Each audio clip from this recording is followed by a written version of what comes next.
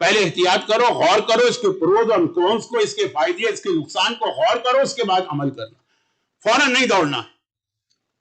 لیکن یہ social media پہ پوری دنیا فوراً دوڑ پڑی، اب گورنمنٹ پریشان ہو رہی ہے، اب سسٹمز پریشان ہو رہے ہیں، اب وہ پابندیاں لگا رہے ہیں آہستہ آہستہ کر کے، جو آپ نے بھی سنا ہے، اور ہمارے ملک میں تو پچھلے سال یہ پابندی لگ چکی۔ اب شروع میں ایک اردو کی ایک کہاوت ہے کہ بوتل سے جن نکل گیا، اس کے بعد اس کو دوبارہ بوتل میں داخل کرنا بہت ہی مشکل کام ہوتا ہے، ناممکن کام ہوتا ہے۔ تو اب اسلام اس کا قائل نہیں ہے، تفصیل آئے گی آگے چل کر کہ شروع سے احتیاط کرو، پہلے سمجھ لو جو چیز تمہارے سامنے آئی ہے، اور پہلے اس کا پورا بیک گراؤنڈ سمجھو۔ اب ہمارے ہاں جس کے پاس سوشل میڈیا کا لنک ہے، کس کے پاس نہیں؟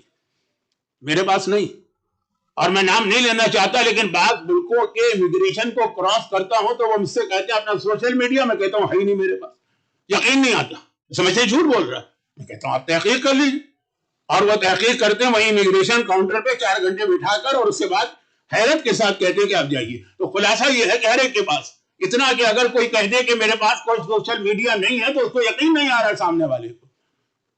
اب وہ ہر آدمی، ہر بچہ، ہر کچا، ہر شخص وہ اپنے پاس اپنی کمیونٹی کی اصلاح کے لیے ایک پروجیکٹ بنا کے بیٹھا۔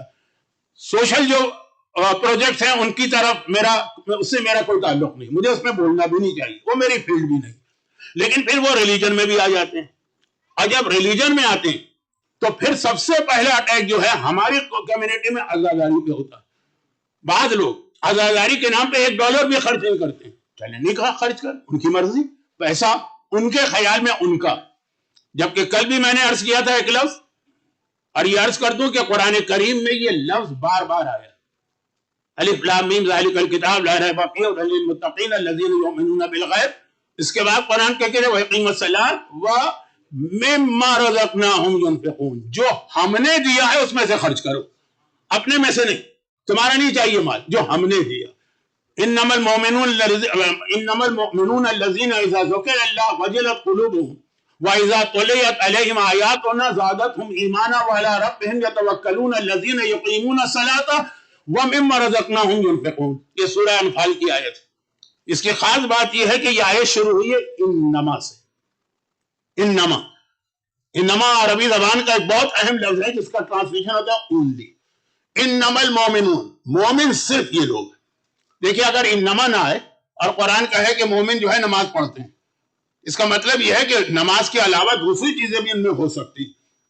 قرآن کہے کہ مومن وہ ہے جو قرآن کی تلاوت کرتا ہے، دوسری، لیکن جب لفظ انما آ جائے تو مطلب صرف یہ انما، وہاں بھی یہی لفظ ہے انما المومنون، مومن صرف وہ ہے کہ مما رزقناہم ینفقون، ہمارے دیے ہوئے رزق میں سے خرچ کرے گا، تمہارے نہیں، تمہاری دولت، تمہارا پیسہ نہیں چاہیے۔ یہ میں کل کے لفظ کی وضاحت کر رہا ہوں کہ جو میں نے کہا تھا کہ میرا کوئی چیز نہیں ہوتی، سب اللہ کا دیا ہوا ہے، صرف ہم اس کے امین اور ٹرسٹی ہوتے ہیں جس طرح سے۔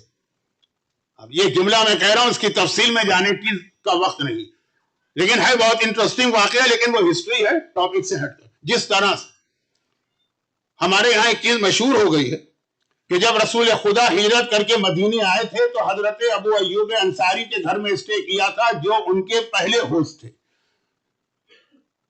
اور وہ جو واقعہ ہے نا، وہ کیمل اور اونٹنی کا، اور وہ کہاں جا کے رکے گی، اور ہر آدمی کہہ رہا ہے کہ یا رسول اللہ آپ ہمارے گھر میں اسٹے کریں۔ ویلیوز چینج ہو گئی۔ آج ویسٹرن کنٹریز میں کوئی کسی کو مہمان بنانے کو تیار نہیں، ہر آدمی مہمان کو ایک بوجھ سمجھتا ہے۔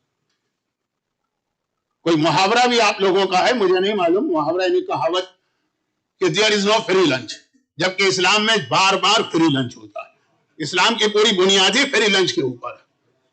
لیکن اب یہ میرے ٹاپک میں آگے آنے والا کہ اتنا زیادہ ہم کو جو ہے یہ مادی چیزوں میں الجھا دیا ہے کہ لوگ دوستوں اور رشتہ داروں کو بھی اپنے گھر میں مہمان بنانے کو تیار نہیں ہے، علماء کی بات تو چھوڑیے۔ خیر، تو خلاصہ یہ ہے، مجھے یاد ہے اس افریقہ میں جھگڑا ہوتا تھا اس بات پہ کہ یہ ہمارے یہاں ٹھہرے گی، یہاں جھگڑا ہوتا ہے اس بات پہ کہ یہ نہیں ٹھہرے گی۔ خیر، یہ تو بیچ میں ایک چھوٹی سی بات آ گئی ہے، تو اس کو زیادہ سیریس مت لیجیے گا، اچھے لوگ ہر جگہ پہ ہیں، لیکن وہاں مدینے میں تو ہر آدمی کہہ رہا تھا یا رسول اللہ ہمارے گھر۔ پیغمبر کی اٹھن میسج فلم کے اندر وہ پورا کلپ بھی ہے، لیکن میسج تو بہت پرانی بات ہو گئی۔ پیغمبر نے کہا خلو سبیلہا فإنہا مأمورۃ بإذن اللہ، اس کا راستہ چھوڑ دو، اس کو اللہ نے آرڈر دیا، جہاں جائے گی میں وہاں جاؤں گا۔ حضرت ابو ایوب انصاری، میں اتنی ڈیٹیل میں اس لیے چلا گیا کہ آج کل لوگ عمرے پہ بہت زیادہ جا رہے ہیں، اور پہلے لوگ خالی عمرہ کر لیتے تھے، یعنی خانہ کعبہ کا طواف کیا، روضہ رسول کی زیارت۔ اب ایک اویئرنیس آئی ہے، لوگ ہسٹری بھی سمجھنا چاہتے ہیں، زیارتیں بھی کرنا چاہتے ہیں، تو حضرت ابو ایوب انصاری کا مکان جہاں پیغمبر نے اسٹے کیا، لیکن اگر آپ ہسٹری دیکھیے گا تو یہ حضرت ابو ایوب انصاری کا مکان تھا ہی نہیں۔ یہ 300 سال پہلے یمن کا ایک بادشاہ مدینے سے گزرا تھا اور اس کو پتا تھا کہ آخری رسول یہاں آئیں گے، یہ نہیں معلوم تھا کب آئیں گے۔ تھوڑا سا میں اس کو آگے چل کے لنک دوں گا، آگے سے مطلب آج کی مجلس میں نہیں، آگے کسی مجلس میں امام زمانہ سے، کہ اس کو پتا تھا کہ آخری رسول آئیں گے، یہ نہیں معلوم تھا کب آئیں گے۔ تو اس نے مدینے میں جا کے باقاعدہ ایک مکان خرید کے اسے پیغمبر کے نام پہ ایک طرح سے ٹرانسفر کر دی کہ یہ مکان جو ہے یہ میرا بھی نہیں ہے، کسی کا نہیں ہے، یہ رسول خدا کا۔ اور اپنے ایڈوائزر میں سے ایک سے کہا کہ تمہاری ذمہ داری ہے، کیز لو، جب اس کا اصلی آنر آئے گا یہ اس کے حوالے کر دیں، اور اگر تم مر جاؤ یعنی تمہاری زندگی میں نہ آئے تو اپنے وارث وہ پورا سلسلہ چلا تھا۔ خیر، تو یہ بات تو ضمنی طور پہ آ گئی کہ جیسے وہ مکان حضرت ابو ایوب انصاری کا بہت بڑا کریڈٹ ہے کہ پیغمبر کو اپنے گھر میں رکھا، لیکن وہ گھر اصل میں رسول کا ہی تھا۔ اسی طرح جو دولت ہمارے پاس ہے وہ ہماری نہیں۔ اچھا، اب یہ بات 3-4 دفعہ آ چکی ہے اور شاید اور بھی آئے گی، لیکن اس میں اصل بات یہ کہنا، $1 خرچ کرنے کو تیار نہیں عزاداری، ٹھیک ہے، مومن کی صفت قرآن بتاتا رہے، لیکن ہمیں نہیں بننا ایسا مومن۔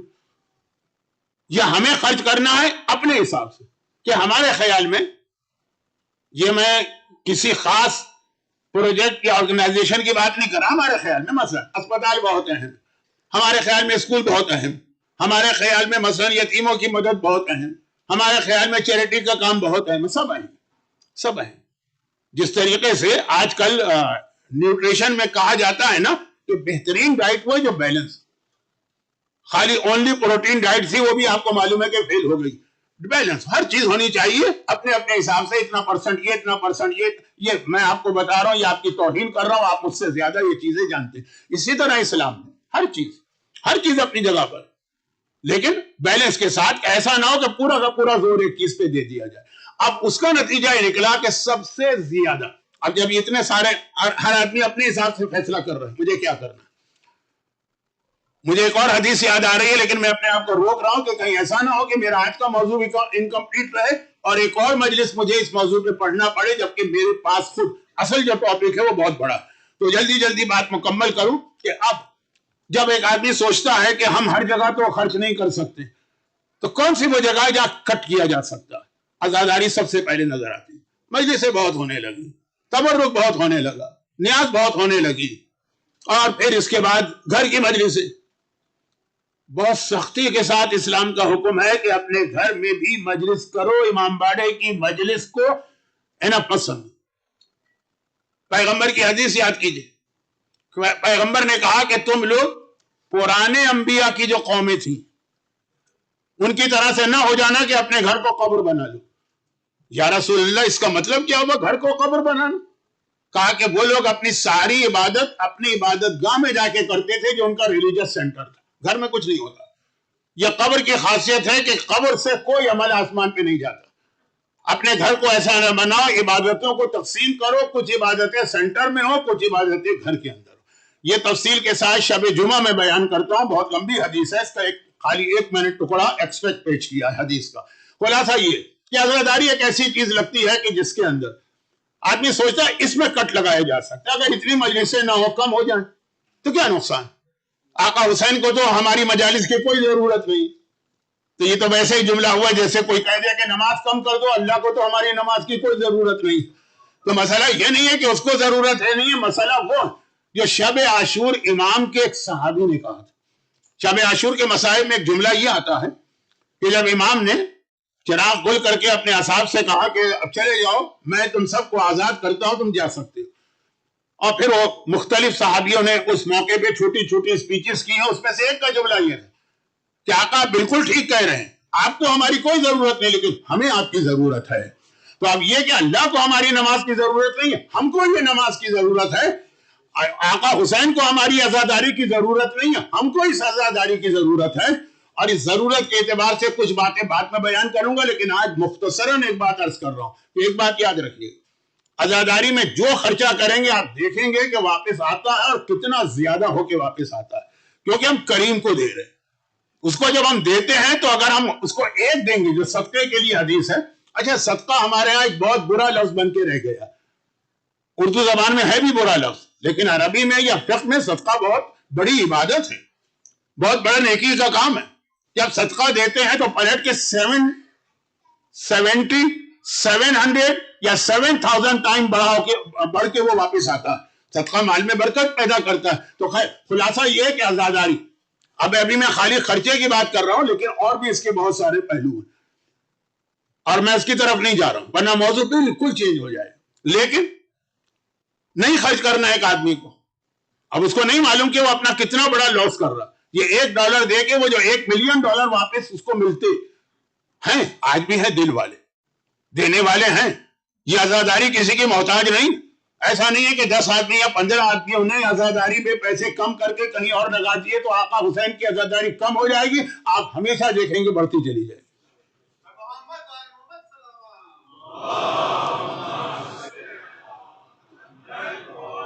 اب میں تو کل کا میرا انٹروڈکشن ہو رہا تھا، اس کو میں ریپیٹ تو نہیں کرنا چاہ رہا، لیکن مور دین 50 ایئرز ہو گئے ہیں مجھے مجلسیں پڑھتے ہوئے، اور جہاں سے سٹارٹ کیا اور آج جہاں پہنچا، جہاں جاتا تھا پتہ چلتا تھا سینٹر چھوٹا پڑ رہا ہے تو اب ایک نیا سینٹر بنانا ہے، وہ نیا سینٹر بنا، پھر میرے دیکھتے ہی دیکھتے وہ نیا سینٹر جو انہوں نے 20 سال کی پلاننگ کی تھی، وہ 2 سال میں وہ چھوٹا پڑنے لگا، اب اس کے بعد نیا سینٹر بنانا ہے۔ یہ 50 سال کی پلاننگ کی ہے، 50 سال کے بعد جو ڈیموگرافی ہوگی یا جو لوگوں کی تعداد ہوگی، معلوم 5 سال میں وہ چھوٹا پڑ رہا ہے۔ ایک سینٹر ہے وہاں پارکنگ نہیں تھی، انہوں نے بہت بڑی پارکنگ بنائی، وہ پارکنگ چھوٹی پڑ رہی ہے۔ یہ عزاداری اس طرح بڑھتی رہے گی، یہ کسی کی محتاج نہیں ہے، اور اس میں اس میں ہمارا حصہ شامل ہو جائے، ہمارے یہ دنیا کی سب سے بڑی کامیابی ہے۔ اچھا اب یہ پیسے کے اعتبار سے بھی، اور پھر اس میں ایک بہت سینسیٹیو ایشو آ رہا ہے جس کو میں بہت اوپنلی نہیں کہنا چاہتا ہوں، کہ بعض اوقات ایسا ہوتا ہے کہ جس سال آپ عزاداری کر رہے ہیں اس سال دنیا کے کسی علاقے میں کہیں پہ شیعہ کمیونٹی کو، کہیں پہ عام مسلمانوں کو، کہیں پہ عام انسانوں کو، اسلام تو سب کی خدمت کا حکم دیتا، کوئی ایسے کرائسس سے گزرنا ہوتا ہے کہ لوگ کہتے ہیں کہ نہیں پرماننٹ نہیں، لیکن فار دا ٹائم بینگ اس سال کی حد تک اگر ہم اس میں تھوڑی کمی کر دیں، آئندہ سال نیکسٹ ایئر سے ہم دوبارہ نارمل ہو جائیں گے، اور یہ وہ وہاں دے دیں۔ بڑی سختی کے ساتھ امام نے منع کیا۔ یہ حج کے سلسلے میں بات آئی تھی، حج، آپ کو یہ فروع کافی میں حدیث مل جائے گی، آپ تو چیٹ جی پی ٹی کے ماہر ہیں نا، تو وہاں آپ کو یہ حدیث مل جائے گی کہ امام نے فرمایا کہ اپنے کھانے میں کوئی تھوڑی کمی، اس نے کہا مولا اس سال میں اس پوزیشن میں نہیں ہوں کہ حج پہ جاؤں جبکہ ہر سال جاتا ہوں، زندگی میں ایک بار حج واجب ہے، ہر ایک کو پتا، لیکن انتہا سے زیادہ ریکمنڈیشن ہے کہ 5 سال میں انسان حج ریپیٹ ضرور کرے۔ ہاں اگر حیثیت نہیں ہے تو پہلا حج بھی واجب نہیں، لیکن جن کو اللہ نے صاحب حیثیت بنایا ہے تو ایوری 5 ایئر، یہ ہر سال جاتا تھا، اس کے لیے جانا آسان تھا، مدینے سے مکہ ڈسٹینس ہی کتنا، لیکن اس سال مولا مشکل ہو رہا ہے کیونکہ ذرا پیسے خرچے، پوری حدیث آپ کو ملے گی، غالباً 2 پیج کی حدیث ہے، میرے پاس ٹائم بھی نہیں ہے، میرا موضوع کہیں سے کہیں جا رہا، تو خلاصہ یہ ہے کہ امام نے کہا کہ تمہیں حج ہی وہ نظر آیا جس کے اندر تم کمی کر رہے ہو، ذرا کھانے کو کم کر دو، ذرا لباس کو کم کر دو، ذرا مکان کو کم کر دو، باقاعدہ امام اس کو ایڈوائز کر رہے ہیں، وہ اپنے پرسنل ایکسپنسز کم کرو، جو تمہیں کٹ لگانا ہے وہ دینی واجبات اور دینی عبادتوں میں لگانا۔ تو اب یہ جو ایک فکر ہوتی ہے نا کہ جی وہ اس سال ایٹ لیسٹ یہ سال بہت کرائسس کا سال ہے اور فلاں جگہ اتنی ضرورت ہے اور فلاں جگہ اتنی ضرورت ہے، فلاں ضرورت ہے، کون نہیں مانتا کہ ضرورت ہے، لیکن بیلنس طریقے سے چلنا ہے، اور اسی میں یہ جملہ بھی عرض کرنا کہ یہ یاد رکھیے گا کہ آج سے 50 سال پہلے تو کسی حد تک یہ جملہ ٹھیک تھا، گرچہ اس وقت ہماری قوم میں وہ لوگ زندہ تھے جو عزاداری میں اتنے مخلص تھے، کہتے تھے کہ نہیں ہم ایک ڈالر کی کمی بھی نہیں ہونے دیں گے عزاداری میں، جبکہ اس وقت شاید ممکن تھا، اب ممکن نہیں۔ کیوں ممکن نہیں؟ اس لیے کہ اب یہ مسئلہ اس سال کا نہیں، ایوری ایئر الہی عظم البلا و برے الخفا وانقطع الرجا وضاقت الارض ومنعت السماء، ظہور امام سے پہلے کا زمانہ یہ ہوگا کہ 1 سال کا پرابلم نہیں ہوگا کہ جی وہ 1 سال حالات خراب ہو گئے، اگلے سال ٹھیک ہو جائیں گے تو پورا ہم عزاداری میں دوبارہ واپس آ جائیں گے، نہیں، اگلے سال اس سے بھی برے ہوں گے، اس کے اگلے سال اس سے بھی برے ہوں گے، اور یہ جیسے جیسے ظہور کا زمانہ قریب آئے گا، کیا دعا میں لفظ کیا ہے؟ ذاقت الارض و منعت السماء، زمین تنگ ہو کے رہ جائے گی، آدمی بھاگ کے جائے تو کہاں جائے؟ اور بہت احتیاط سے ایک جملہ کہہ رہا ہوں، اس لیے کہ چیزیں ذرا سی میں تفصیل میں چلا گیا تو میرے اپنے پتہ نہیں موضوع کہاں کے کہاں رہ جائیں گے. وہ یہ کہ دنیا کے جن علاقوں کو انسان بہت اچھا سمجھ کے گیا تھا، وہ بھی دیکھتے ہی تھے، میری دیکھتے ہی دیکھتے وہ ایسے چینج ہوئے کہ اب آدمی سوچ رہا ہے کہ میرا یہ ڈیسیژن صحیح ہے کہ میں یہاں آیا کہ وہیں رہتا تو وہ زیادہ بہتر ہوتا. ذاقت الارض، زمین تنگ ہو گئی، بند ہو گئی ہے زمین. وہ منعت السماء، اور مسئلہ یہ ہے کہ آسمان بھی بند ہو گیا. زمین کا تعلق بندوں سے ہے، آسمان کا تعلق اللہ سے. یعنی صاحبان ایمان کی حالت یہ ہوگی کہ دنیا بھی ان کی دشمن ہے، اور لگے گا کہ جیسے اللہ بھی ان سے ناراض ہے، کوئی رحمت، کوئی برکت، کوئی فضل نازل ہی نہیں ہو رہا. جتنے پرابلم آ رہے ہیں، جتنے کرائسس آ رہے ہیں، نیچرل ڈیزاسٹر، وہ سب مومنین کے اوپر آ رہے ہیں. تو خیر یہ تو ایک الگ چیز ہے، اور شاید تھوڑا سا آج کی مجلس کا موضوع یہ بنے گا. لیکن خلاصہ یہ ہے کہ اس کی وجہ سے اگر آپ نے یہ سوچا کہ جی وہ حالات جو ہیں وہ اس سال ایسے ہیں تو وہاں دے دو، تو وہاں دے دو مگر عزاداری میں کمی کر کے نہ دو اور اپنے خرچے کم کرو. میں بار بار کہہ رہا ہوں کہ دینے کو نہیں روکا جا رہا، لیکن یہی ایک چیز آپ کو ذرا نعوذ باللہ ایکسٹرا کیوں نظر آتی ہے کہ جس کے اندر آدمی کمی کر سکے. مجھے معلوم ہے جو مجمع میرے سامنے ہے یہ اس کا ٹاپک ہی نہیں، جہاں ایسے دل والے موجود ہیں کہ واقعاً وہ اپنے سامنے کا کھانا اٹھا کے عزاداری کے لیے دے دیتے ہیں. لیکن ان جرنل ایک بات کر کے اصل موضوع پہ آ رہا ہوں. تو یہ جو عزاداری، اس کی جو برکتیں، آخرت کی بات تو چھوڑی، وہ تو ہے ہی، شفاعت کا ذریعہ ہے، جنت میں لے جانے کا آسان ترین طریقہ ہے، ایزیسٹ وے ہے جنت میں جانے کا. لیکن اس دنیا میں اب اگر آپ میری ایک بات ذہن میں رکھیے اور اس پر عمل کیجئے، جب یاد آئے ہر مجلس کے اندر کوئی اسپیشل ایک دعا اپنے ذہن میں رکھ کے آیا کرے، اور وہ مجلس کی برکت سے ایک دعا، وہ آپ دیکھیے گا کہ دعا کتنے جلدی قبول ہوتی ہے.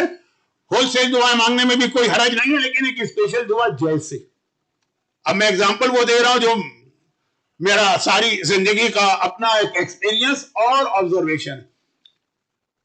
دو اور چیزیں، خانہ کعبہ کو دیکھتے ہی جو پہلی دعا مانگی جائے گی وہ قبول ہوتی، یہ بہت مشہور ہے. اگرچہ یہ صحیح تو نہیں، یہ صحیح نہیں، لیکن مشہور بہت. تو باقاعدہ لوگ ایک مہینے پہلے سے مینٹلی پریپیئرڈ ہوتے ہیں کہ جب مکے میں جائیں گے اور خانہ کعبہ کو دیکھیں گے تو کون سی ایک دعا مانگنا، مطلب بہت پلان کر کے دعا مانگتے ہیں. اور جب چونکہ میں تو 50 سال سے خدمت کر رہا ہوں، تو جب وہ قریب پہنچتے ہیں مسجد کے بار بار پوچھتے ہیں اب کعبہ نظر آنے والا ہے، ایسا نہ ہو کہ اچانک کعبہ مس ہو جائے ہم سے اور وہ ہمارا ایک گولڈن چانس مس ہو جائے. ایسا لوگ سوال کرتے ہیں. چنانچہ بعد پروفیشنل قسم کے جو گروپ لے جانے والے وہ اور زیادہ اس چیز کو اہمیت دیتے ہیں، کہتے ہیں آنکھیں بند کر لیجیے. بند تو نہیں کریں گے، گر جائیں گے، نیچے کر لیجیے. جب تک کہ ہم نہ کہیں اس وقت تک آنکھیں نہ اٹھائیے گا، چلتے رہیے چلتے رہیے چلتے رہیے. جب ہم کہیں تو وہ آنکھیں اٹھا کے دیکھیے گا کہ آپ جہاں کعبہ نظر آئے گا ہم آپ سے کہیں گے کہ آنکھیں اٹھائیے. وہ کہتے ہیں یہ بہت اچھا گروپ لیڈر ہے کہ دیکھیے اس کو ہماری دعا کا کتنا خیال. ایسا کچھ نہیں ہے اسلام میں، لیکن میں کہہ رہا ہوں کہ مینٹلی پریپیئر. اچھا اصل ہے کیا اسلام میں، یہ بھی میں بتا دوں کہ ایسا نہ ہو کہ غلط فہمی ہو جائے. اصل یہ ہے، یہ ہمارے یہاں کی حدیث، اور وہ حدیث کے کعبے پہ پہلی نگاہ مانگو تو تمہاری ہر دعا قبول ہوگی. یہ غیروں کی حدیث. ہماری حدیث یہ کہ کعبے پہ جب بھی نگاہ پڑے گی جو دعا مانگو گے قبول. خالی پہلی نگاہ کی بات نہیں، پہلی نگاہ ہو، 10ویں نگاہ ہو، 50 روز آپ جائیں گے نہ کرائے، ایک ویک آپ مکے میں رہیں گے اور دن میں 2 بار خانہ کعبہ جائیں گے تو 15-20 دفعہ جائیں گے. ہر دفعہ ایک دعا مانگیے کعبے کو دیکھ کر، اس لیے کہ کعبے کو دیکھ کے دعا قبول ہوتی ہے. اور جیسا روایتوں میں کہ خالی کعبے کو دیکھنا بھی عبادت ہے، 3 ہی چیزوں کو دیکھنا تو عبادت ہے. النظر الى بیت اللہ عبادت، کعبے کو دیکھنا عبادت ہے. والنظر الى کتاب اللہ عبادت، قرآن کو دیکھنا عبادت ہے. والنظر الى وجہ علی عبادت، علی کے چہرے کو دیکھنا عبادت ہے.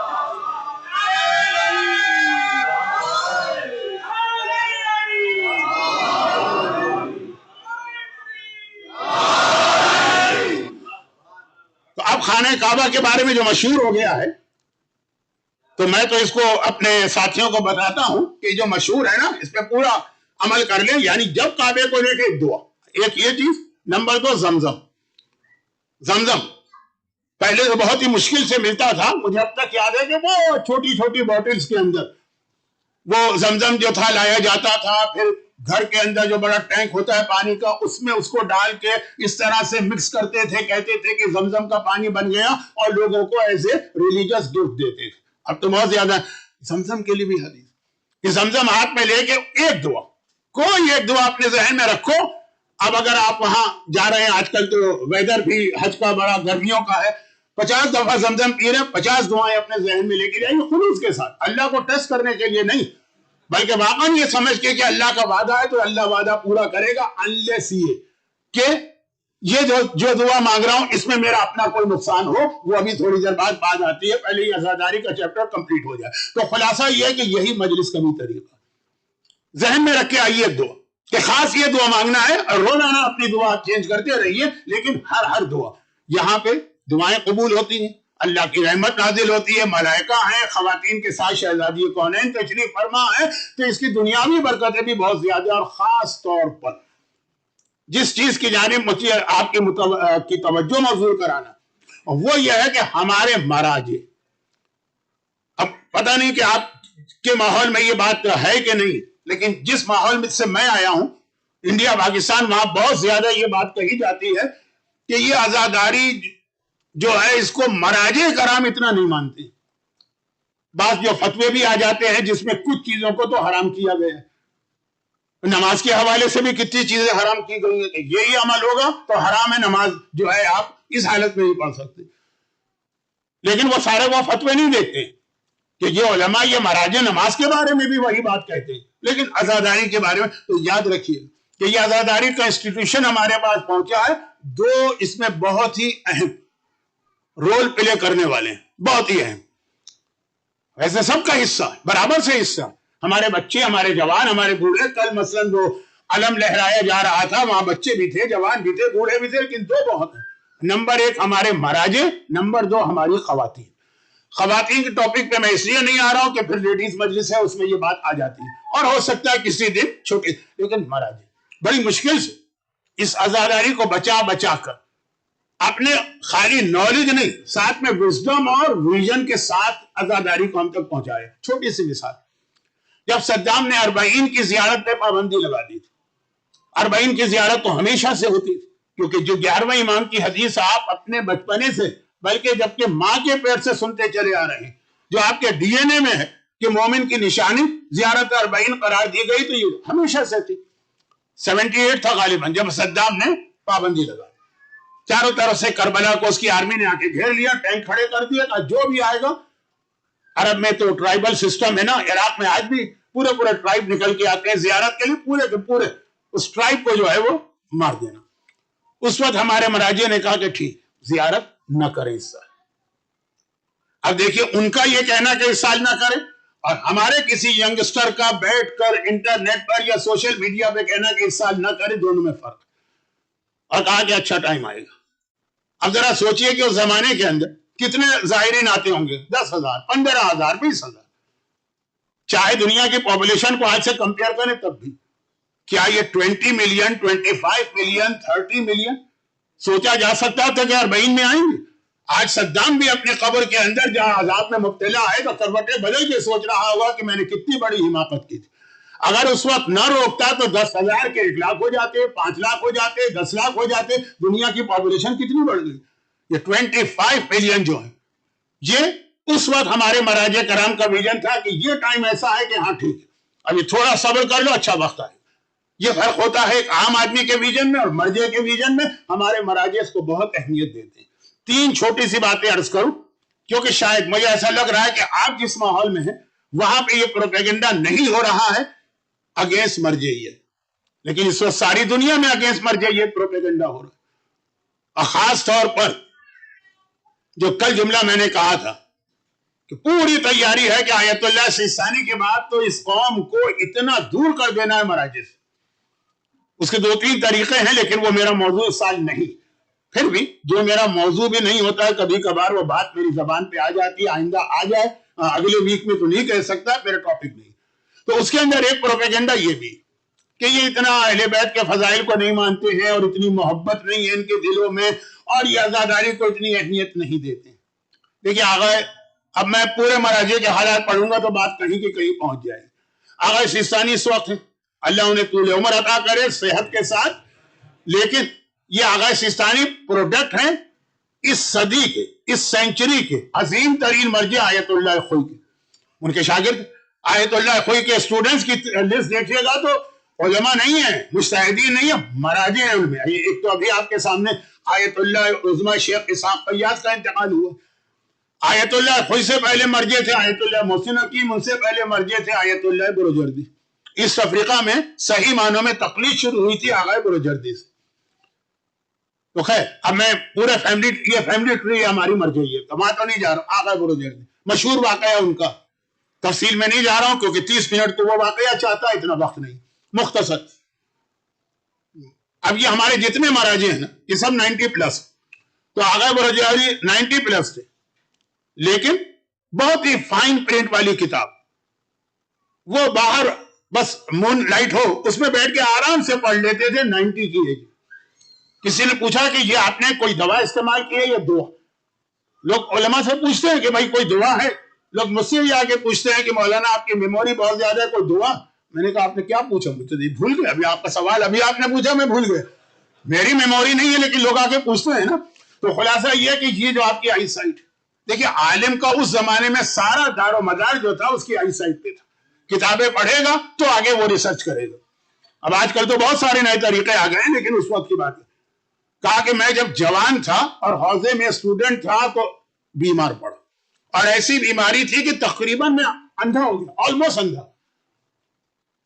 میں نے رو رو کے خدا سے کہا خدا بندہ ابھی تو میں حوزے میں انٹر ہوا ہوں، میرے دل میں تو بہت بڑا ارادہ تھا کہ میں دین کی خدمت کروں اور مجتہد بنوں. مرجع تو نہیں، مجتہد بنوں، زیادہ سے زیادہ اہل بیت کی خدمت کروں. تو میں اس وقت ہی بلائنڈ ہو گیا. کیسے؟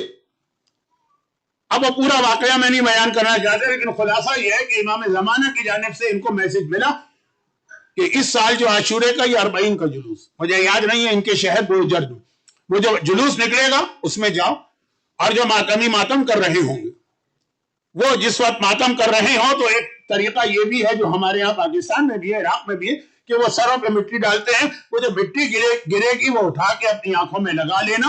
حسین کے عزادار کے سر سے مس ہونے والی مٹی وہ میں نے لگائی ہے. نتیجہ یہ ہے کہ آج 80 سال کے بعد یا 75 سال کے بعد بھی تم دیکھ رہے ہو کہ میری آئی سائٹ نوجوانوں سے بہتر ہے. اب اس میں یاد رکھیے کہ بعض ایسے دوائیاں ہوتی ہیں کہ جس کو بتائی جاتی ہے امام زمانہ کی طرف سے، یہ صرف اس کے لیے ہوتی ہیں، یہ ہمارے اور آپ کے لیے نہیں. لیکن میں بتا رہا ہوں جو مرجع خود یہ دیکھ رہا کہ میری ساری مرجعیت جو ہے وہ اس مٹی کی وجہ سے ہوئی ہے جو یا حسین کہنے والے کا عزادار کے سر سے مس ہوئی ہے، وہ کبھی عزاداری کے خلاف ہو سکتا؟ آیت اللہ محسن الحکیم. میں بہت شارٹ میں یہ باتیں کہہ رہا ہوں تاکہ جو ہر سال ایام ازاں شروع ہوتے یہ پروپیگنڈا پڑھ جاتا. اور جیسا میں نے کہا کہ اب اور زیادہ دنیا پروپیگنڈا کر رہی ہے آغا سیستانی کی اس لمبی ایج کو دیکھتے ہوئے، اور مسلسل جو 2-3 سال سے ہمارے باقی مراجع دنیا سے جا رہے ہیں اس کو دیکھتے ہوئے آغا محسن حکیم، اور جنہوں نے یہ واقعہ دیکھا تھا آنکھوں سے، سنا نہیں ہے، انہوں نے ڈائریکٹ مجھے بتایا، وہ خود بیٹھے تھے وہاں جہاں یہ واقعہ پیش آیا. آغا محسن حکیم کے زمانے میں پہلی بار ہماری شیعہ کمیونٹی ویسٹ میں آنا شروع ہوئی تھی، جسٹ اسٹارٹ تھا. تو ان کو ایک انگریزی انٹرپریٹر چاہیے تھا، حجت الاسلام مولانا صادق علی شاہ صاحب. 60s میں مڈغاسکر کے ریزیڈنٹ عالم تھے. مڈغاسکر کے ایک مومن کو تو میں دیکھ رہا ہوں اس مجمع میں، اور بھی ہوں گے. ابھی دبئی میں کافی عرصے رہے. وہ ان کے انٹرپریٹر تھے انگریزی کے، وہ ساتھ بیٹھتے تھے. خود انہوں نے کہا میری آنکھوں کے سامنے کا یہ واقعہ، اور قسم کھا کے انہوں نے مجھے بتایا کہ آغا محسن حکیم بیٹھے ہوئے، پرانا زمانہ، پرانے سے مطلب یہ کہ بیفور صدام، اور کوئی دنیا کے اندر ٹیررزم اور سیکیورٹی وغیرہ کی پرابلم نہیں تھی. چنانچہ ایک ٹائم ہوتا تھا ہر مرجع کے بعد جب اس کے دروازے کھلے ہوتے تھے، جس کا دل چاہے وہ آ جائے. تو کہہ رہے ایک نوجوان آیا، اور آنے کے بعد اس نے کہا کہ کیا آپ اتنے بڑے عالم و مرجع ہو کر بھی اس چیز پہ بلیو کرتے ہیں کہ یہ جو ہمارے علماء مجلس میں پڑھتے ہیں کہ کربلا کے بعد چوتھے امام خون کے آنسو روتے تھے، خون کے آنسو، آنکھوں سے خون نکلتا رہا، کیا آپ بلیو کرتے ہیں؟ How it's possible? کیا کوئی بھی کامن سینس رکھنے والا یا کوئی پڑھا لکھا نوجوان اس بات پہ یقین کرے گا؟ اب وہ خود بتا رہے ہیں، میرے جنہوں نے یہ جن کے سامنے واقعہ، اور ایک آدمی نہیں تھا تو پورا کمرہ بھرا ہوتا ہے. آپ میں سے جو لوگ 60s میں 70s میں آغا محسن حکیم بلکہ 80s میں آغا خود تک سے ملاقات کر کے آئے، وہ کتنا اچھا ماحول تھا. وہیں پہ بہت سارے لوگ زیارت کے لیے بیٹھے ہوتے ہیں، خالی مرجے کے بعد تھوڑی دیر بیٹھیں گے. ایک نوحہ خان بیٹھا تھا، اس کو بلایا اور کہا کہ حضرت عباس کے حال کا نوحہ پڑھو. اس نے نوحہ شروع کیا، آغا حکیم نے آنکھوں پہ رومال رکھا اور رونے لگا. اور جب نوحہ ختم ہوا، وہ رومال جو ہٹایا تو باقاعدہ خون تھا اس کے اندر. کہا کہ وہ امام معصوم کی بات چھوڑو، ان کا تو پورا گھرانہ ان کے سامنے شہید ہوا ہے، ہم ان کے غلاموں کے غلام، کربلا کو صحیح معنوں میں اگر سمجھ کے روئے تو آج بھی آنکھ سے خون کے آنسو نکلیں گے. اب دیکھیں، جو مرجع معرفت کی اس منزل پر ہو وہ کبھی نہ آزاداری کے خلاف ہو سکتا ہے، نہ ہی اس کے اوپر یہ کہا جا سکتا ہے کہ وہ اہل بیت کو نہیں مانتا. خود آغا خود ایک جملہ میں نے ابھی عرض کیا تھا کہ 100 سال لاسٹ سینچری کا سب سے بڑا مرجع. آج بھی اس مجمع میں ایسے لوگ ہوں گے جو آغا خوئی کی تقلید کر چکے ہیں، اور ایسے بھی ہوں گے جو اسٹل ان کی تقلید پہ باقی ہیں، جسٹ لائک می. بہت عظیم مرجع ہیں. ان کے حالات کی طرف چلا گیا تو آپ کو یہ لگے گا کہ ہم مجلس میں مولا علی اور آقا حسین کے فضائل سننے آئے ہیں، لیکن یہ وہ خدمت گزار ہے. کل میں نے کہا کریم ہے اہل بیت، جنہوں نے ان کی ساری زندگی خدمت کی اور پسند کرتے ہیں کہ ان کا بھی ذکر کیا جائے. تو آغا خوئی، بلکہ اس وقت لندن سے چلنے والا ایک عربی چینل ہے نا جو مرجعیت کے بہت خلاف ہے، اس کا تو جملہ ہی ہے، وہ تمام مراجع کو گالی دیتا ہے، شیخ طوسی سے لے کے آج تک.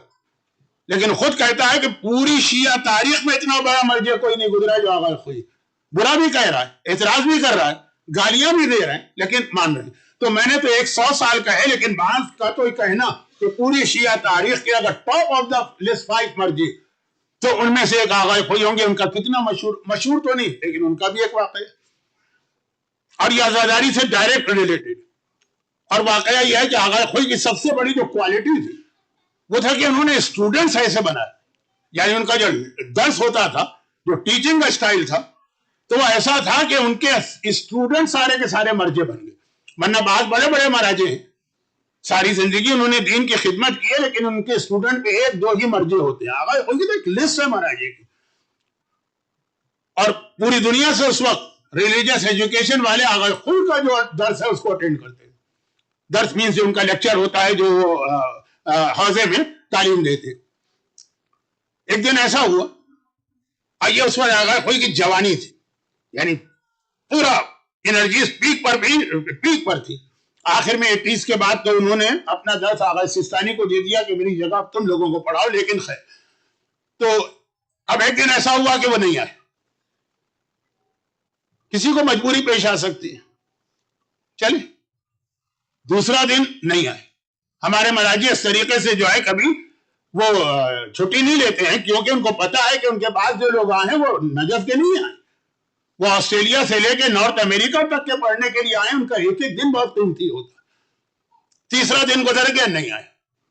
تو اب آغا نصر اللہ مستنبط، یہ ان کے وہ شاگرد تھے جو بعد میں ان کے داماد بھی بنے. اور آج بھی آپ نجف میں جب جائیں گے تو آغا خوئی کی قبر جہاں پر ہے اس کے ساتھ آغا نصر اللہ مستنبط کی قبر بھی وہ اسی کمرے کے اندر ہیں. اور ان کے بارے میں سب کو یہ 90% تو یقین تھا کہ آغا خوئی کے بعد نیکسٹ مرجع یہ ہونے والے ہیں. مگر آغا کی زندگی میں 85 میں صدام نے ان کو زہر دے کے شہید کر دیا. یہ بھی بہت بڑے، میں نے انٹروڈکشن اس لیے کرایا کہ دونوں واقعے کے جو 2 کیریکٹر ہیں ان کی عظمت آپ کے سامنے آئے. چوتھے دن وہ آغا خوئی کے گھر گئے. 3 دن ہو گئے، استاد نہیں آیا. خیر تو ہے، طبیعت تو ٹھیک ہے، اب معلوم کرنا بھی ضروری.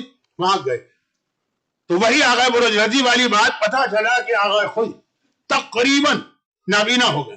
جوانی کی بات کر رہا ہوں، یہاں سے اس ممبر سے اس دروازے تک نہیں جا سکتے. وہ خدا نا ہلکا سا کوئی شیڈو سے نظر آ رہا ہوگا بس. تو ایک مرتبہ گھبرا کے انہوں نے پوچھا کہ کیا ہوا؟ کہا بس مجھ سے غلطی ہو گئی.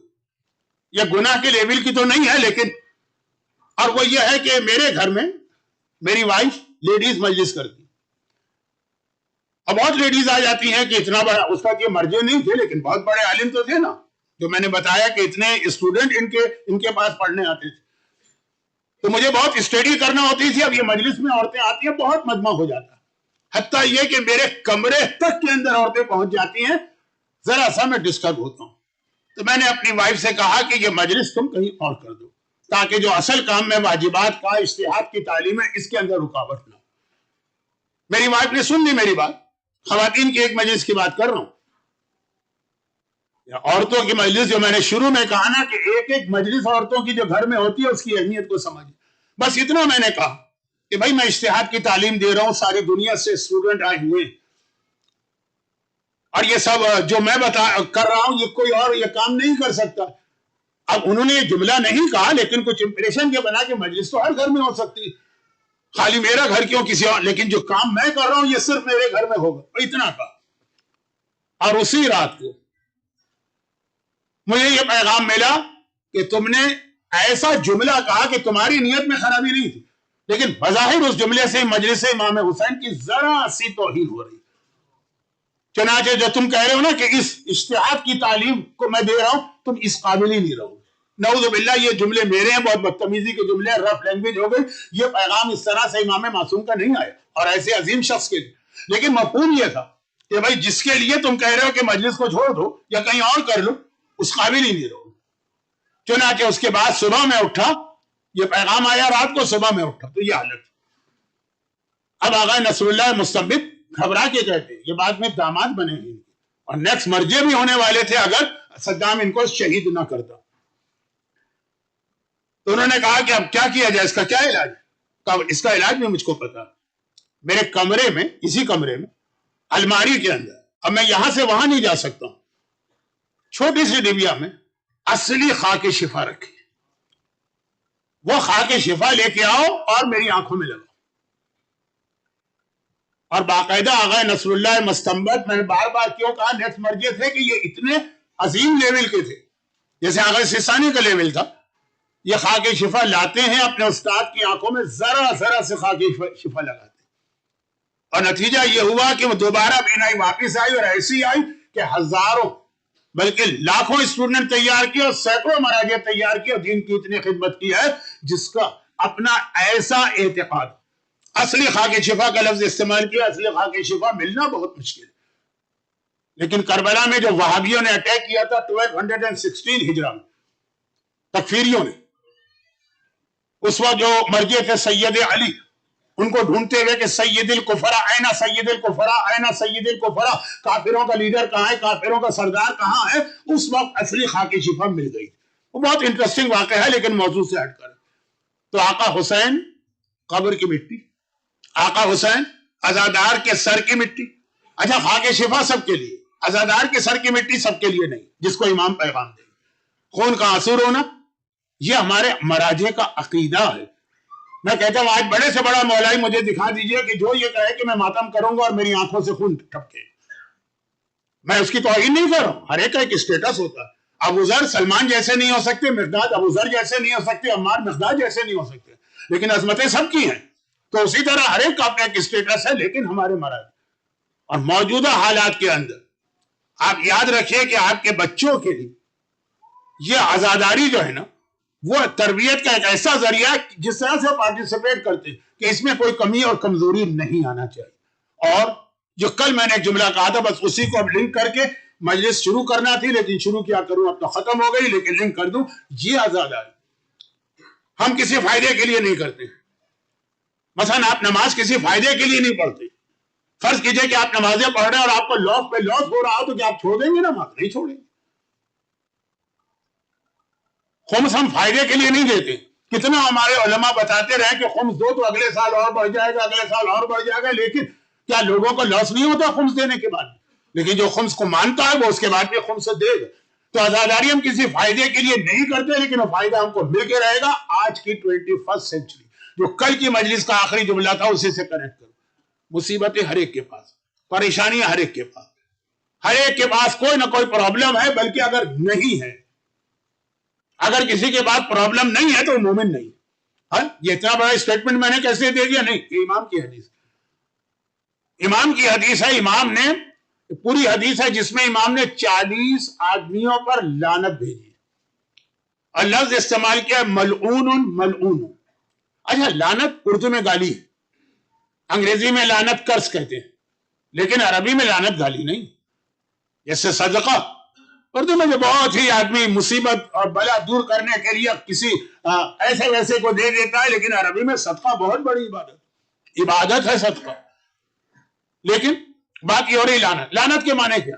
کہ اس کے گھر میں رحمت نہیں آتی. لعنت ایک نیوز ہے.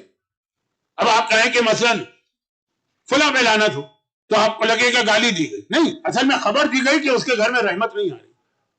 یہ عربی کا لعنت اردو کے لعنت میں فرق ہے، یاد رکھیے. اور یہ گجراتی میں بھی اور انگلش میں بھی لعنت.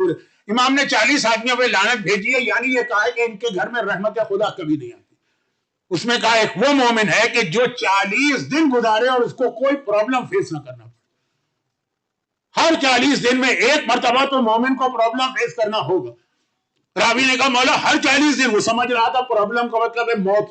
ہر 40 دن میں موت، پرابلم کا مطلب ہے کینسر یا ایڈس. ہر 40 دن میں کینسر اور ایڈس، پرابلم کا مطلب ہے بزنس کا فیل ہونا. امام نے کہا پرابلم آئے گا، بڑے بھی آئیں گے چھوٹے بھی آئیں گے. مولا چھوٹا پرابلم راوی پوچھ رہا. کہا کہ مثلا اس نے اپنی جیب سے وہ پرس نکالا یا تھیلی نکالی، پاؤچ، اس میں 100 دینار تھے، اس نے گنے 99. اس کا ایک کہاں چلا گیا؟ دینار جو ہے نا گولڈ کا بنا ہوا ہوتا ہے، اس کی ویلیو کہاں چلا گیا؟ ایک دوبارہ گنا 100 ہوگا. کہ اتنی دیر جو وہ پرابلم میں رہا نا، یہ بھی ان 40 میں شامل ہے. تو چھوٹے سے لے کے بڑے پرابلم 40 دن میں فیس کرنا. اس کے ریمیڈی کیا، اس کا علاج کیا، پروٹیکشن کیا، یہی سب ہے. اس کے بعد دوسری چیزیں آتی، لیکن چونکہ دوسری چیزوں پر آج کل اعتراض نہیں ہو رہا. نماز شب ہے اس کا علاج، مگر کوئی نماز شب سے آج روکنے والا نہیں. مثلا اس کا علاج ہے کہ آپ عمرہ اور حج کریں، کوئی نہیں روک رہا. اس کا علاج ہے عزاداری، اس سے لوگ روک رہے.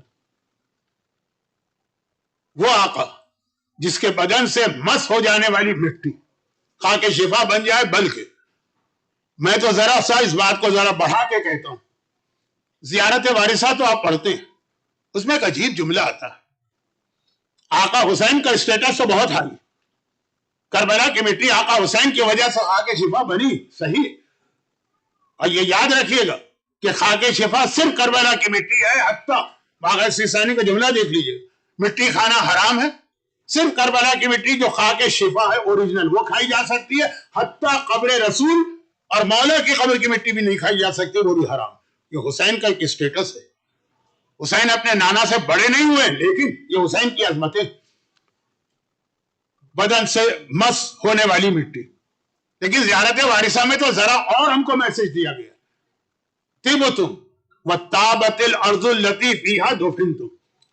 تم پاک ہوئے اور جس زمین میں تم دفن ہوئے زمین بھی پاک ہو گئے. یہ زیارت کا جملہ آقا حسین کی زیارت میں نہیں. زیارت کا یہ جملہ شہزادے علی اکبر کی زیارت میں نہیں. زیارت کا یہ جملہ عباس علمدار کی زیارت میں نہیں. زیارت کا یہ جملہ ہے اصحاب امام کی زیارت میں. سائر شہداء کربلا جس میں اگر حبیب ابن مظاہر اور مسلم ابن اوسجہ ہیں تو ایک حبشی غلام جون بھی شامل. طِبْتُمْ وَطَابَتِ الْأَرْضُ الَّتِي فِيهَا دُفِنْتُمْ. اے جون تمہاری وجہ سے کربلا کی مٹی پاک ہوئی. تو حسین تو بہت ہی عظیم. اور عظمت حسین کا ایک پہلو اور بھی آ رہا، وہ یہ ہے کہ حسین نے کربلا پہنچتے ہی کربلا کو خریدا. ایک پیغام ہمیں دیا، دوسرے کے حق کے اندر کبھی بھی کمی نہ کرنا، چاہے تو مجبور ہی کیوں نہ ہو. آج شب 2 محرم ہو گئی، اور یہی 2 محرم تھی کہ جب میرا آقا کربلا کے میدان میں پہنچا. کون سا کربلا کا میدان؟ کربلا کا وہ میدان جو حسین مدینے میں دکھا کے آئے تھے. کس کو دکھا کے آئے تھے؟ کل کے مصائب سے جوڑ رہا ہوں آج کے مصائب کو. سیدانیوں کو حکم دیا، سیدانیاں سوار ہو گئی. اب اس کے بعد آقا حسین خود اپنے گھر کے بزرگوں کو خدا حافظ کہنے کے لیے گھر میں آئے. جا رہے ہیں، سفر ہے، بزرگوں کو سلام کرنا ہے. حسین کی پھوپھی ام ہانی اب تک زندہ، مولا علی کی بڑی بہن جو مولا سے 30 سال بڑی تھی، اب تک زندہ. ان کو سلام کیا اور اس کے بعد ام سلمہ کے پاس گئے. رسول خدا کی وہ بیوی جو خدیجہ طاہرہ کے بعد سب سے عظیم بیوی.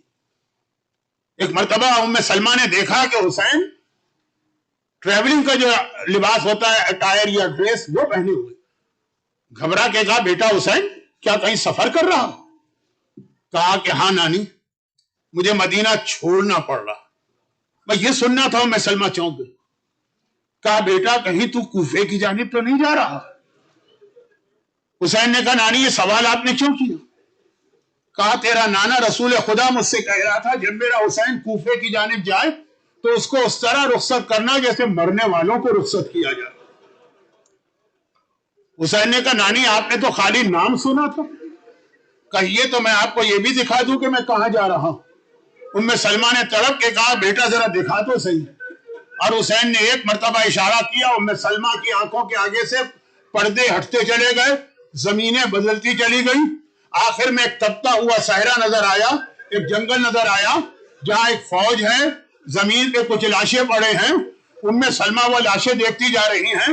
ایک مرتبہ گھبرا کے کہا کہ بیٹا یہ کون سا لاشا ہے جس کا بدن ٹکڑے ٹکڑے نظر آ رہا؟ حسین نے سر جھکا کے کہا نانی یہ آپ کے بڑے نواسے حسن کا وارث قاسم ہے۔ ایک مرتبہ ام سلمہ نے آگے ایک منظر دیکھا، کہا بیٹا یہ کون ہے جس کا چہرہ تو مجھے نظر نہیں آ رہا لیکن کلیجے میں برچی کا پھل تو یہاں بھی نظر آ رہا ہے۔ سر جھکا کے کہا نانی یہ آپ کا اکبر ہے، یہ میرا اکبر جس نے برچی کھائی۔ اور ایک مرتبہ ام سلمہ نے آخری منظر دیکھا، دیکھا کہ بوڑھا شخص ٹیلے پہ کھڑا ہے، چہرہ صاف نہیں ہے کیونکہ اس پہ خون لگا ہوا ہے، ہاتھوں میں ایک ننھا سا لاشا ہے، بچے کے گلے میں 3 بھال کا تیر نظر آ رہا ہے۔ گھبرا کے کہا بیٹا یہ کون ہے؟ کہا نانی آپ نے نہیں پہچانا، یہ آپ کا حسین ہے جو اپنے اصغر کو پانی پلانے آیا۔ اور آخر میں تڑپ کے ام سلمہ نے کہا کہ بیٹا مگر یہ بی بی کون ہے؟ دیکھا کہ ایک بی بی ہے جن کے سر پہ چادر نہیں ہے اور وہ میدان میں ادھر سے ادھر بے چینی کے عالم میں جا رہی ہے۔ نانی آپ نے نہیں پہچانا، یہ آپ کی زینب ہے، زینب جو اپنے بھائی کی شہادت کا منظر دیکھ رہی ہے۔ تو حسین تو کربلا وہی دکھا کے آئے تھے مگر وہ ام سلمہ کو دکھایا تھا، اصحاب امام کو دکھانا تھا۔ 2 محرم کی سیر پہر آئی، حسین کی سواری کا جانور چلتے چلتے ٹھوکر کھا کے رک گیا۔ عباس علمدار گھبرا گئے کہ آقا یہ سواری کا جانور تو وفادار جانور ہے، آج تک نہیں رکا، اس کو بدلتے۔ دوسرا گھوڑا لایا گیا، وہ بھی آگے نہ بڑھا، 7 گھوڑے بدلے گئے۔ آخر عباس نے گھبرا کے کہا مولا سمجھ میں نہیں آتا آج یہ گھوڑوں کو ہوا کیا ہے، کوئی اپنی جگہ سے آگے نہیں بڑھ رہا۔ اتنی دیر میں قریب کے قبیلے کے لوگ جمع ہو گئے تھے، بنی اسد کا قبیلہ قریب ترین تھا، جمع ہو گیا تھا۔ حسین نے کہا عباس ذرا پوچھو تو صحیح اس جگہ کا نام کیا ہے؟ حسین کو تو معلوم ہے، وہ تو دکھا کے آئے ہیں کربلا، ابھی اپنے ساتھیوں کو بتانا ہے۔ ایک مرتبہ ایک بوڑھے نے کہا فرزند رسول اس کا نام شط الفرات ہے، کہا کوئی اور نام ہوگا؟ کہا کہ اس کا ایک نام غازریہ ہے، کہا کوئی اور نام ہوگا؟ کہا کہ اس کا ایک نام نینوا ہے، کہا کوئی اور نام ہوگا؟ سارے نام بتا رہے، حسین کہتے ہیں کوئی اور نام ہوگا، نام ختم ہو گئے۔ حسین نے کہا کوئی اور نام ہوگا؟ کہا ہمیں تو نہیں پتا، ہمارے قبیلے میں بہت بوڑھا آدمی ہے، چلنے کے قابل نہیں ہے، شاید اسے پتا ہو۔ اسے اٹھا کے لایا گیا۔ حسین نے پوچھا کہ اس زمین کا کوئی اور نام ہے؟ کہا کہ ہم اسے کربلا بھی کہا کرتے تھے، بھائی اتنا سننا ہے۔ حسین نے کہا عباس قافلہ روک دو، اب ہمیں آگے نہیں جانا، یہی قیام کرنا ہے۔ وہ بوڑھا تڑپ کے کہتے ہاتھ جوڑ کے مولا یہ کیا غضب کر رہے ہیں، کربلا میں کوئی نبی زیادہ نہیں آیا مگر یہ تو زخمی نہ ہوا ہو، مولا یہاں قیام نہ کریں۔ حسین نے کہا تم خالی زخمی ہونے کی بات کرتے ہو، ارے اس تپتی ریتی پر تو ہمارے لاشیں 3 دن پڑے رہیں گے۔ ہاں اے قبیلے بنی اسد کے لوگوں میں یہ زمین خریدنا چاہتا ہوں۔ اور مولا آپ ہمارے مہمان ہیں، ہم آپ کو خوشی سے اپنے یہاں رکھیں گے۔ کہا مجھے 3 دن نہیں رہنا ہے، مہمان 3 دن ہوتا ہے نا، میں تو قیامت تک رہوں گا۔ اس نے زمین خریدی مگر 2 شرطیں لگائی۔ پہلی شرط آپ کے لیے لگائی، کریم کریم کریم، پہلے آپ کو یاد کیا، کہا کہ قیامت تک ہمارا کوئی زائر آئے گا 3 دن اسے مہمان بنانا۔ اور دوسری شرط یہ لگائی کہ جب ہم مارے جائیں اور لشکر یزید چلا جائے تو ہمارے لاشیں دفن کرنا۔ سارے مردوں نے ہاتھ جوڑے روتے ہوئے کہا مولا ہمارا وعدہ جانے قربان۔ کہا نہیں، جا کے اپنی عورتوں کو بھجواؤ۔ عورتوں کو پیغام ملا، ساری عورتیں عبایا اور حجاب پہن کے آئیں۔ اللہ آج ہم بھی اس قابل ہو گئے کہ فاطمہ کا لال ہمیں بلا رہا، مولا ہمارے لیے کیا حکم ہے؟ کہا اگر تمہارے مرد لشکر یزید کے ڈر سے گھروں سے نہ نکلے تو وعدہ کرو جب پانی بھرنے فرات کے کنارے آؤ گی تو پانی بھرتے بھرتے ہمارے لاشوں کو بھی دفن کر جاؤ گی. عورتوں نے روتے ہوئے وعدہ کیا, کہا کہ اب اپنے بچوں کو بھجواؤ. ارے 10-10 سال کے بچے, 12-12 سال کے بچے گھبرائے ہوئے آئے, آقا نے آج ہمیں بلایا, ہم بھی اس قابل ہو گئے. آقا کیا حکم ہے؟ کہا ہو سکتا ہے تمہارے والدین لشکر یزید کے گھر سے نہ آئے تو وعدہ کرو کھیلتے کھیلتے آؤ گے, مٹھیوں میں خاک لے کے ہمارے لاشوں پہ ڈالو گے. اللہ حسین اگر دفن نہ ہو لاشا, کم از کم خاک پڑ جائے. لیکن ادھر حسین مارا گیا, لاشا جلتی ریتی میں پڑا رہا, ایک مٹھی خاک بھی ڈالنے والا کوئی نہ تھا. ہاں لاشے پہ گھوڑے دوڑانے والی ہستیاں. خدا بندہ جن مومنین نے گریہ کیا, ان کے گریہ کا واسطہ ان کو اور تمام مومنین و مومنات کو اور پریشانی سے محفوظ فرما. ان مظالم کے انتقام کے لیے ظہور امام میں تعجیل فرما. ماتم حسین.